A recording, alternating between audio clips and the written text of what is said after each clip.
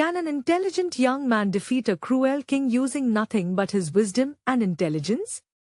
When a kind king began to feel helpless in protecting his people, a brave minister's son stepped forward. Will Khush Bakht be able to defeat the enemy through his cleverness and careful planning?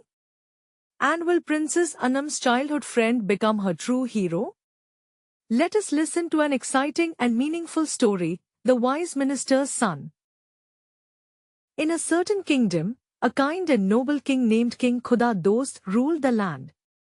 His queen was also a very gentle and kind-hearted woman. They had a daughter named Princess Anam.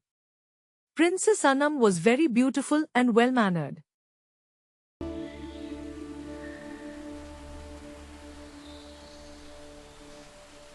King Khuda Dost had a very loyal minister. His name was Milansar. Minister Milansar had a son named Khush Bakht. Khush Bakht was a handsome and intelligent young man. My friends, our kingdom flourishes under this sun. Indeed, my lord, it is a time of great joy. We are grateful for your wise leadership. Khush Bakht had spent his childhood playing with Princess Anam.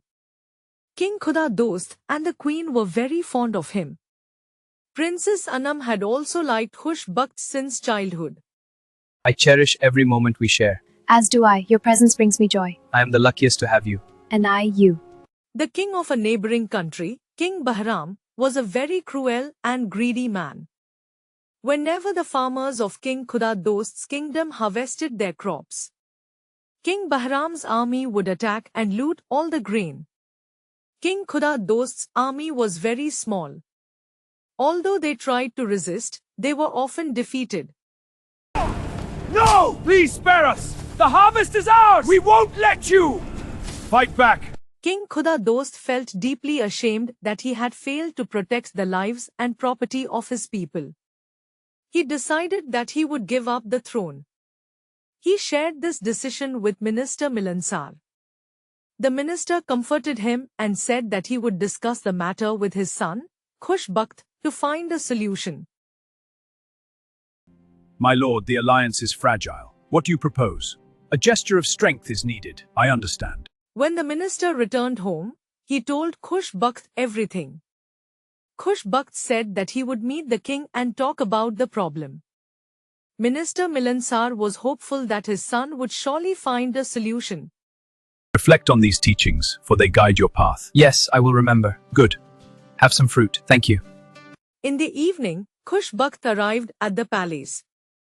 Princess Anam was walking in the garden with her father. King Khuda Dost was happy to see him. Khush Bakht suggested that the army should be increased to fight the enemy.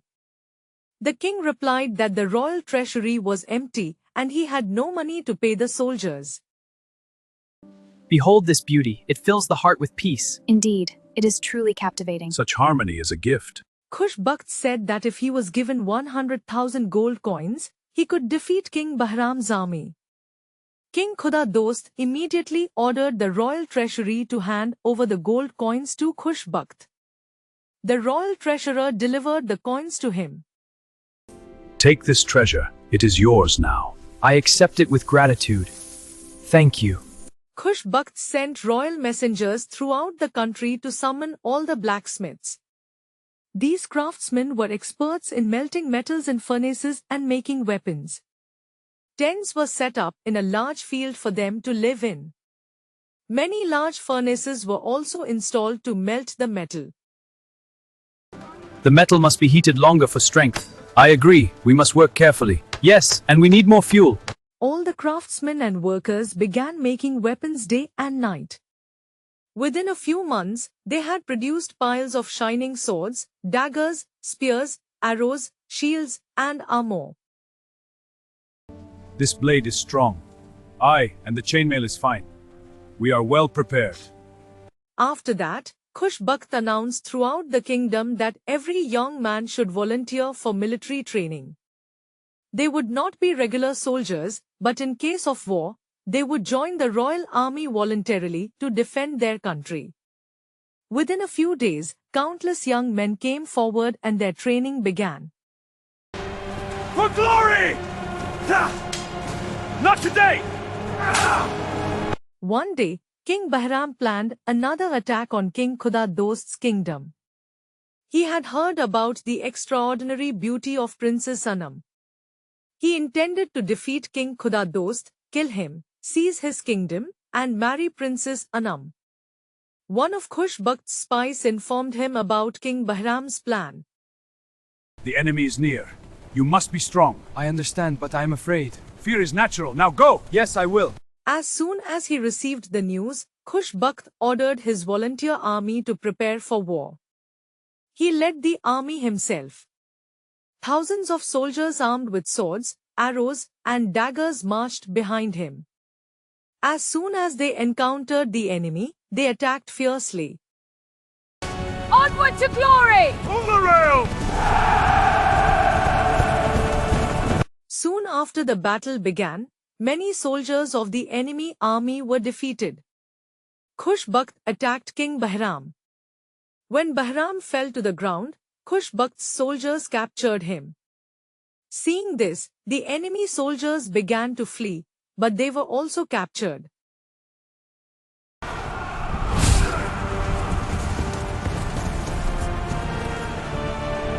Khush Bakht presented the captured King Bahram before King Khuda Dost. King Bahram was terrified. He held the king's hand and begged for mercy. King Khuda Dost angrily said, "Your greed and cruelty have brought you to this day. If you had not looted others and had lived peacefully with your smaller neighboring kingdoms, you would never have faced such humiliation. This is always the fate of cruel and arrogant people." Rise, noble king. Our alliance is sealed. I rise, my brother, in loyalty and strength. King Khuda Dost ordered that King Bahram be exiled to a distant deserted island where no human lived. He also annexed King Bahram's kingdom into his own. The people of the kingdom celebrated this victory with great joy for an entire week.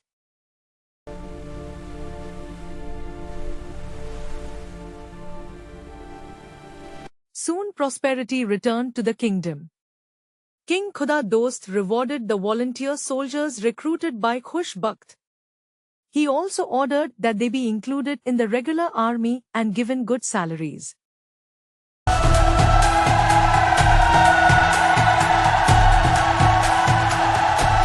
A few days later, after consulting the queen, King Khuda Dost married Princess Anam to Khush Bakht.